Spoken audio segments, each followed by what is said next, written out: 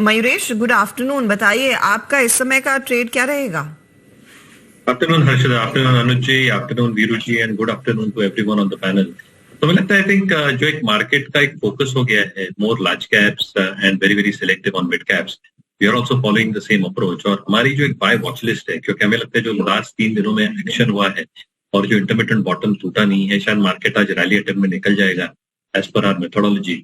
और अगर ये होता है तो शायद अगर निफ्टी एक स्ट्रॉन्ग मूव दे तो लार्ज कैप्स अच्छा मूव दे सकती है। हैविंग सेड दैट, हमें लगता है आई थिंक मारुति के जो नंबर्स आए थे वो काफी शानदार थे। Product mix, expectations in terms of volume growth और जो मार्जिन्स में एक सुधार देखा जा सकता है अगले कुछ तिमाहियों तक, ये अर्निंग्स को अच्छा खासा बूस्ट देगा।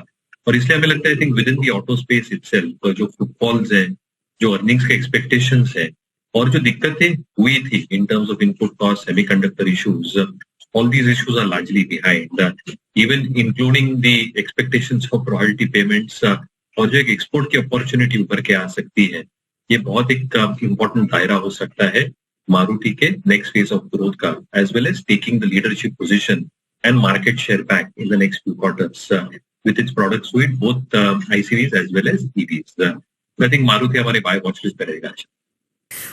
मयूरेश, आप फंडामेंटली किसे प्रेफर करेंगे? हालांकि ये बात वही हुई, एक एप्पल है, एक गोल्डन एप्पल है और दूसरा एक बहुत ही शानदार ऑरेंज है, लेकिन फंडामेंटल वाइज और अर्निंग्स में क्या डिलीवर होगा कंपनियों की तरफ से, आपका बेट किस पर रहेगा?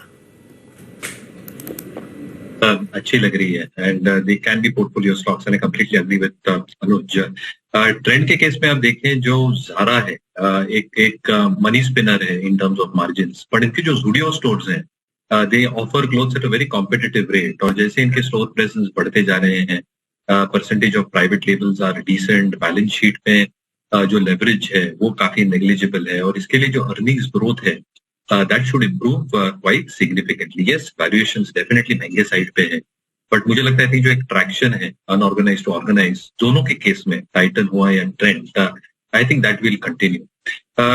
टाइटन के केस में ऑब्वियसली आई थिंक जो 2-3 factors apart from what Anuj said, एक आई थिंक जो गवर्नमेंट रेगुलेशंस आए हैं, hallmarking as an example, 2 lakh के ऊपर PAN card have become very very compulsory at this juncture, और जितनी अनऑर्गेनाइज मार्केट शेयर है आज के तारीख में लगभग 65-70% that should come down quite drastically with all these moves taken, यानी 50% के आसपास अगर ऑर्गेनाइज का शेयर बढ़ता है with Titan being one of the largest, कहीं ना कहीं आई थिंक एक डायरेक्ट बेनिफिट टाइटन को मिल जाएगा। दूसरा आप देखें वेडिंग सीजन की हम जो बात कर रहे हैं अगले 3 या 6 महीनों की, जो एक ह्यूमंगस वेडिंग सीजन है, 4 लाख करोड़ के आसपास जो एक स्पेंडिंग हो सकती है वेडिंग ज्वेलरी में, Titan is getting big time. I think ये थोड़ी लैग कर रही थी पिछले कई वर्षों में, but with them getting into wedding jewellery big time और जो मार्केट शेयर इंक्रीज करेंगे वेडिंग ज्वेलरी और स्टडेड पोर्शन में, मार्जिन्स डेफिनेटली हाई होते हैं। ऑब्वियसली वॉचेस और precision eyewear, I think that obviously contributes to the overall consol numbers. तो जो पूरी कंज्यूमर डिस्क्रिशनरी स्पेंडिंग थीम है भारतवर्ष के लिए 5 से 10 वर्षों में, they are the absolute proxies, तो जिनके पास है बिल्कुल बने रहना चाहिए। I think they are must have if you have them in your portfolio. Okay, एक बार आप जरा लेकर आइए जी एंटरटेनमेंट का स्टॉक, एकदम से इसमें पंख लगे, 5% से ऊपर ये स्टॉक। अब इसमें काफी इंटरेस्टिंग चीज है क्योंकि कल जो सैट का एक डिसीजन आया जो सेबी के अगेंस्ट गया, अब बड़ा सवाल ये है कि अब सेबी का नेक्स्ट स्टेप क्या होगा, क्योंकि ऑब्वियसली उनको वो स्टडी करना होगा, उसको शायद सैट में दोबारा वो फाइल करेंगे इस अपील को अपनी पूरी इन्वेस्टिगेशन के बाद। लेकिन स्टॉक का रिएक्शन बहुत इंटरेस्टिंग है। क्यों? क्योंकि एक ये अजम्पशन ये थी कि अगर तो वो नहीं आता फेवर में तो शायद ज़्यादा पॉजिटिव होता जी के शेयर होल्डर्स के लिए, क्योंकि एक शायद एक अनसर्टेनिटी पूरी तरह से खत्म हो जाती है। Anyway, Mayuresh, good afternoon. जी पर क्या व्यू है इस समय? I think, as you rightly pointed out, Anuj ji, it is still a transition period, मैं मानता हूँ, क्योंकि I think एक overhang अभी भी बना हुआ है of what SAT can probably do. Does it go to the higher courts और अगर higher courts में जाता है, higher authorities के पास जाता है, तो वहां से निर्णय क्या निकल के आता है? But a large part of the street probably believes that the worst is probably over. I think जो एक synergies और dynamics है, ये शायद meaningfully play out हो in a positive traction, irrespective who stays at the top. तो मेरे हिसाब से I think ये एक व्यू स्ट्रीट का है, बट एक ओवरहैंग अभी भी बना हुआ रहेगा इन terms of what further action will be taken. And large part of the price move in my opinion अभी हो चुका है। आई थिंक नेक्स्ट स्टेप्स के लिए आई थिंक अभी मार्केट राह देखना चाहिए। तो ये बात हो गई सीमेंस की। मयूरेश, कोई व्यू आपका स्टॉक पर? एक बहुत स्ट्रॉन्ग आउट परफॉर्मर रहा है अनुज, सीमेंस हो, एबीबी हो। हमें लगता है कि ये जो पूरी केपेक्स थीम है और जैसे ऑर्डर्स की इनफ्लो आती जा रही है ये सारे बड़े प्लेयर्स को, इंफ्रास्ट्रक्चर हो, डेटा सेंटर्स हो, रेलवे इलेक्ट्रिफिकेशन हो, I think Siemens becomes a big and strong contributor to that. और इनफैक्ट एक बहुत बड़ा ऑर्डर इनके हाथों है, जो ऑर्डर बुक इनके पास है, रेवेन्यू विजिबिलिटी अच्छी खासी देता है।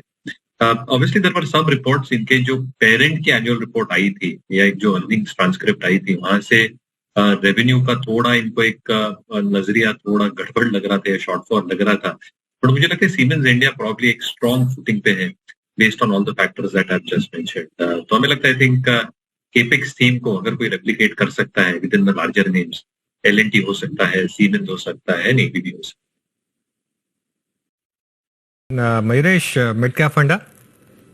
तो जी फार्मा से जाना चाहूंगा, फार्मा के साथ जाना चाहूंगा। Torrent pharmaceuticals is something that I will continue with. दो तीन की रीजंस, इनके जो पिछले तिमाही के नतीजे थे, द लेटेस्ट क्वार्टर 2 ठीक ठाक नंबर्स आए थे। ब्राजील और Germany have performed exceedingly well. US markets थोड़े सबड्यूड थे, बट उनके कारण है क्योंकि जो नए प्रोडक्ट्स एक्सपेक्टेड है by the end of this financial year and second half of the next financial year with the new capacity coming through, मेरे हिसाब से आई थिंक यूएस नंबर्स भी ठीक ठाक आने लगेंगे by the next financial year itself, जो market जेस्टेट करने लगेगा। हैविंग सेड दैट, जो नए लॉन्चेस हैं और क्योंकि ये ब्रांडेड जेनेरिक्स में है, इबिटा मार्जिन्स ठीक ठाक रहती है और इबिटा मार्जिन्स की परफॉर्मेंस और प्रोफाइल 29 से 30% के बीच में रहनी चाहिए। Management is of the belief कि 1000 से 1200 करोड़ कम कर देंगे डेट के हिसाब से, और इसलिए जो डेट इक्विटी 0.7 टाइम्स पे पिछले वित्त वर्ष के लिए था, that should come down to around 0.4-0.5 times in the next financial year. Last but not the least, जो रिटर्न रेशियोज है ये काफी स्ट्रॉन्ग है टोरेंट फार्मा के लिए, और हमें लगता है आई थिंक रिटर्न रेशियोज में एक इंप्रूविंग ट्रेंड अगले वर्ष के लिए और उसके बाद के वर्ष के लिए नेक्स्ट 2 इयर्स देखा जा सकता है। तो हमें लगता है टोरेंट फार्मा एक अच्छा विकल्प हो सकता है। 2100 का हम लक्ष्य देख रहे हैं with a stop loss placed at 1880। Mayuresh, Tata steel पर क्या व्यू बन रहा है? सिक्वेंशियली डोमेस्टिक परफॉर्मेंस अनुज जी काफी ठीक ठाक होना चाहिए, क्योंकि जैसे आपने बाकी के स्टील कंपनीज में भी देखा है, जेएसडब्ल्यू हुआ, जेएसपीएल हुआ, जेएसडब्ल्यू हुआ, domestic performance will remain very very good. जो वॉल्यूम ग्रोथ का आंकड़ा है डोमेस्टिक बिजनेस के लिए, that should hold up very very steadily. जो इनपुट कॉस्ट थी वो थोड़ी आई थिंक बेटर हुई थी in the sense that input cost deflation थोड़ा देखने मिला था। वो कुकिंग कोल कॉस्ट हुई, पेटकोक कॉस्ट हुई, आयरन ओर की कीमतें हुई, तो वहां से आई थिंक एक सिक्वेंशियल परफॉर्मेंस ठीक ठाक रहना चाहिए। ओवरसीज ऑपरेशंस थोड़े सॉफ्ट रह सकते हैं इन terms of slowing demand, but कहीं ना कहीं आई थिंक जो रेजोल्यूशंस भी बिल्टअप हो रहे हैं इन terms of their overseas operations Tata steel के केस में, आई थिंक वो एक अच्छी चीज हो सकती है दैट मटीरियलाइजेस और डीलेवरेज कर सकती है बैलेंस शीट को अच्छा खासा।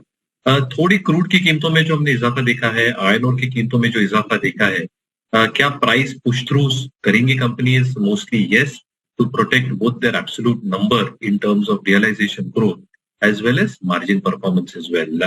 तो मेरे हिसाब से आई थिंक टाटा स्टील का एक ठीक ठाक परफॉर्मेंस आना चाहिए कल के नतीजे।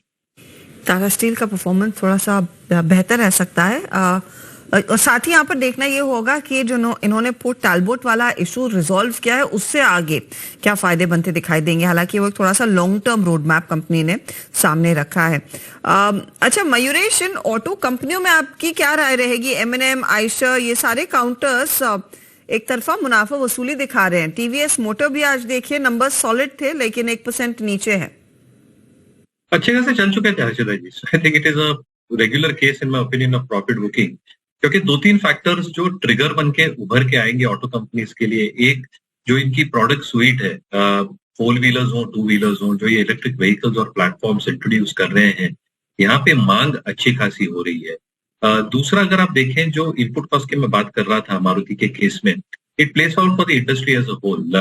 तो जितने इन्होंने हाइक्स लिए हैं मार्जिन प्रोटेक्ट करने के लिए, मेरे ख्याल से I think a large part of those hikes are largely done, और काफी issues related to semiconductor etcetera have largely done and dusted with.